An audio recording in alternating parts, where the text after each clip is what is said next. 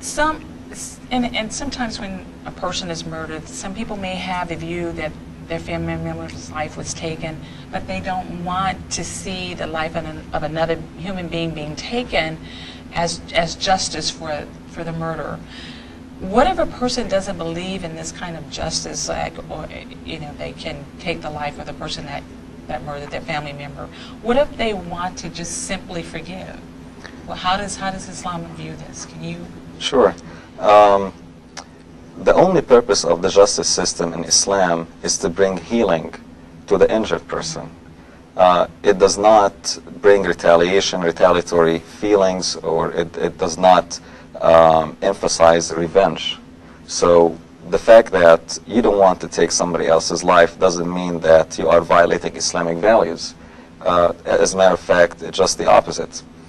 If you don't want to take somebody else's life, and for example, your husband, who was taking care of your family and your children, was killed, was murdered, and it's more beneficial to you to receive blood money for that rather than taking somebody else's life. Or maybe your family is just too weak at this time that you're afraid of a retaliatory action from somebody else from the other side, of the murderous side, that you don't want to seek that avenue. You're just out of fear. You can seek blood money.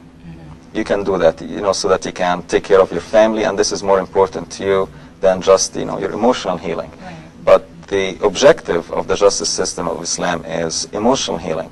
Now, you can elect, even though the judge, the Islamic judge, would sentence the person, for example, or would establish the guilt or innocence of the murderer. He would give you that option of having either one of those three, either taking somebody else's life or taking the blood money or forgiveness. You are not obligated to accept that sentence of taking somebody else's life as a way of redeeming your injured emotional soul, or your injured self.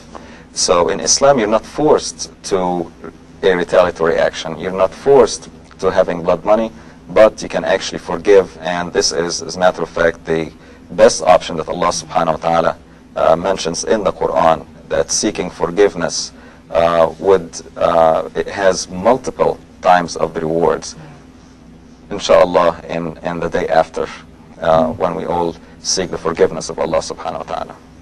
I guess we can look at it in that Allah forgives us so many times during a day, and for a lot of things that we do that are not right and are not good, and that if we can also practice that, it would be better for us to simply forgive. Yeah, but sometimes it's very hard for us to practice that, because when one of our dear ones has been killed or murdered, we can talk about it, but putting ourselves in this person's situation, how they're feeling, we cannot judge how this person can heal from a trauma like this.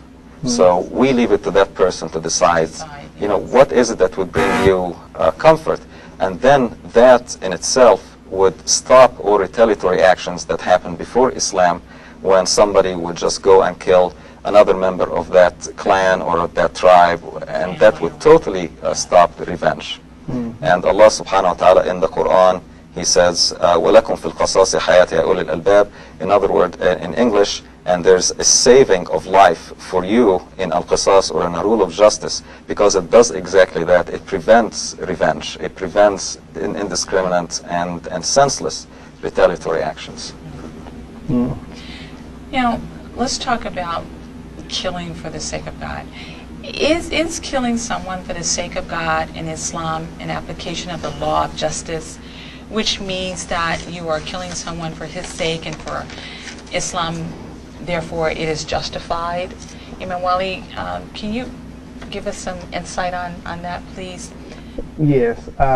Yes, thank you. I'm aware I have an opportunity many times to visit other groups, and some of them are not aware of Islam, but they are aware of this statement, because someone has picked it out and put it out on the airwaves. Saying that the Muslims are, in fact, I'm aware of a recent comment by a governor, I think it was not a governor but a mayor in one place I won't mention, that is up on the hot water by many Christians. Many Christians up on hearing him reference this statement saying that Muslims believe that as long as you kill and steal, whatever you do, as long as you do it in the name of God, it's okay. so killing someone for the sake of God is a way of saying that we're committing an act that's aimed at perhaps liberating someone who's being oppressed deliberately by someone waging war on them, and in order to reinstate the liberties that God has given every human being to this individual, it took war, or it took some way to liberate them so that they could again get their human rights, and then it is addressing the need to commit acts and to struggle for the improvement, as we say, for human life, and to improve, to establish human decency, to guarantee human beings their rights for freedom, for justice, and for equality. And so sometimes war is forced upon us in order to achieve this fact. And so we say for the sake of God, it's addressing that we're not really doing it on a personal situation where I'm just angry or I'm just mad, and as we've been talking about here, it's not just an act of revenge. And the Quran lays down some guidelines, so it's not just a whim, a personal interpretation to where I just pop up and say, okay, I'm killing you for the sake of God. Right. But it is addressing the guidelines. Allah speaks of those who complain. They're asking for their liberty. They're asking for their justice. They're asking for their rights. They're asking for to be freed from oppressors who are denying them these rights, and they're making this plea to God.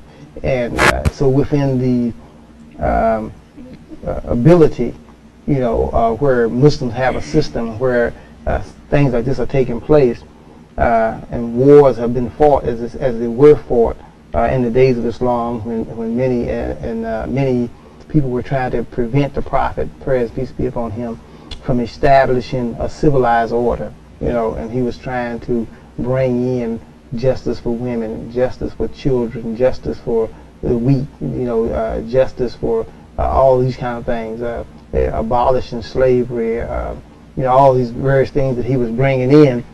And there were those who were trying to oppose that at any cost.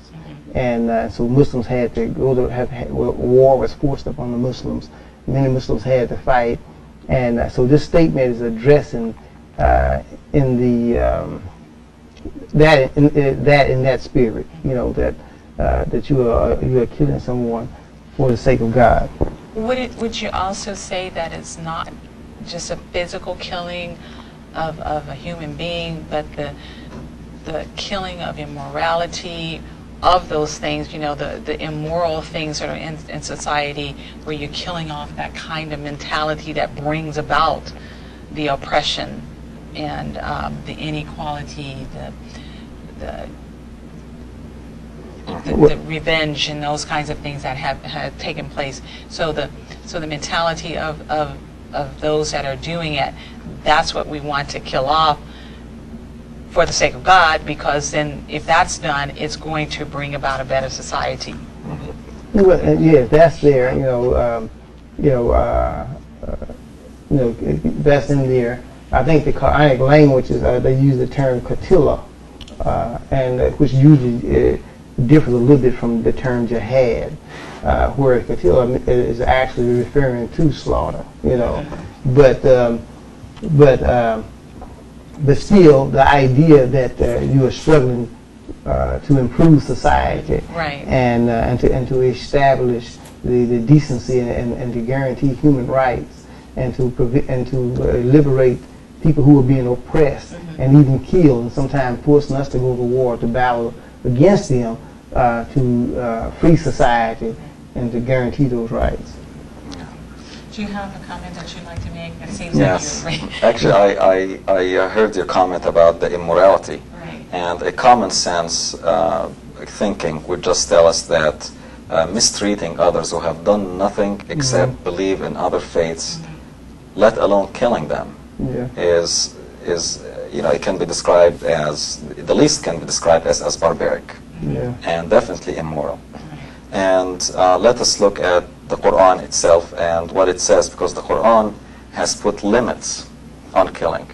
And people have used this verse, fighting in the way of Allah, or this concept, fighting in the way of Allah, as anybody who is just a Muslim can fight other beliefs so that they can have them extinct and everybody would come into Islam.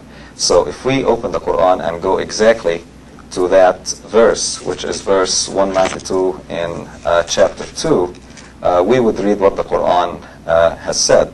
Allah subhanahu wa ta'ala says, and fight in the way of Allah those who fight you. Those who fight you, but transgress not the limits. Truly, Allah likes not the transgressors. In other words, Allah subhanahu wa ta'ala, when He says that fight in the way of Allah, fight for the sake of Allah, it's only for defense, only for defending ourselves, because it says here, fight those who fight you. So fight in the way of Allah, only those who fight you.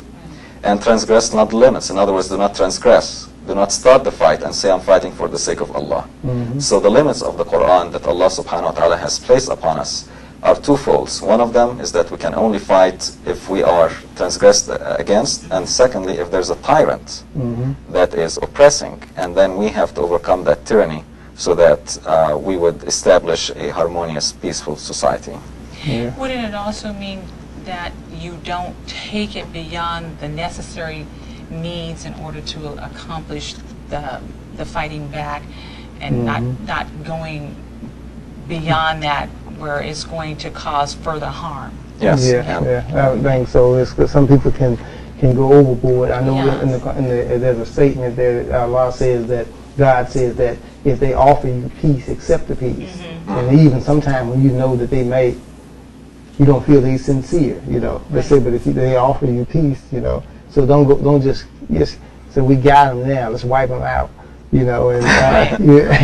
Exactly. Right.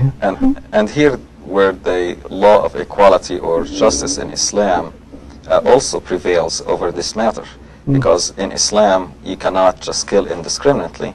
We have the three levels of the law of justice, an eye for an eye, so you cannot just go and kill everybody. In Islam you cannot kill the elderly, the priests, women, children. There are rules. You can't even cut trees in Islam or hurt animals. So there are limits, but at the same time, this does not mean in Islam, it does not mean that if you are transgressed against, that you just give up, raise your hands, and subject your people and those who are under your care to killings. You have to defend yourself. Right.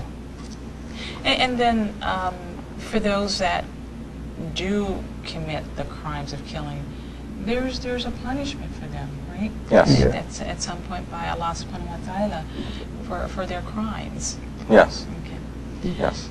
They are considered actually murderers. So those who say that we're going to fight for the sake of Allah, and they commit crimes just because they started by being transgressed maybe against, and then they exceeded limits.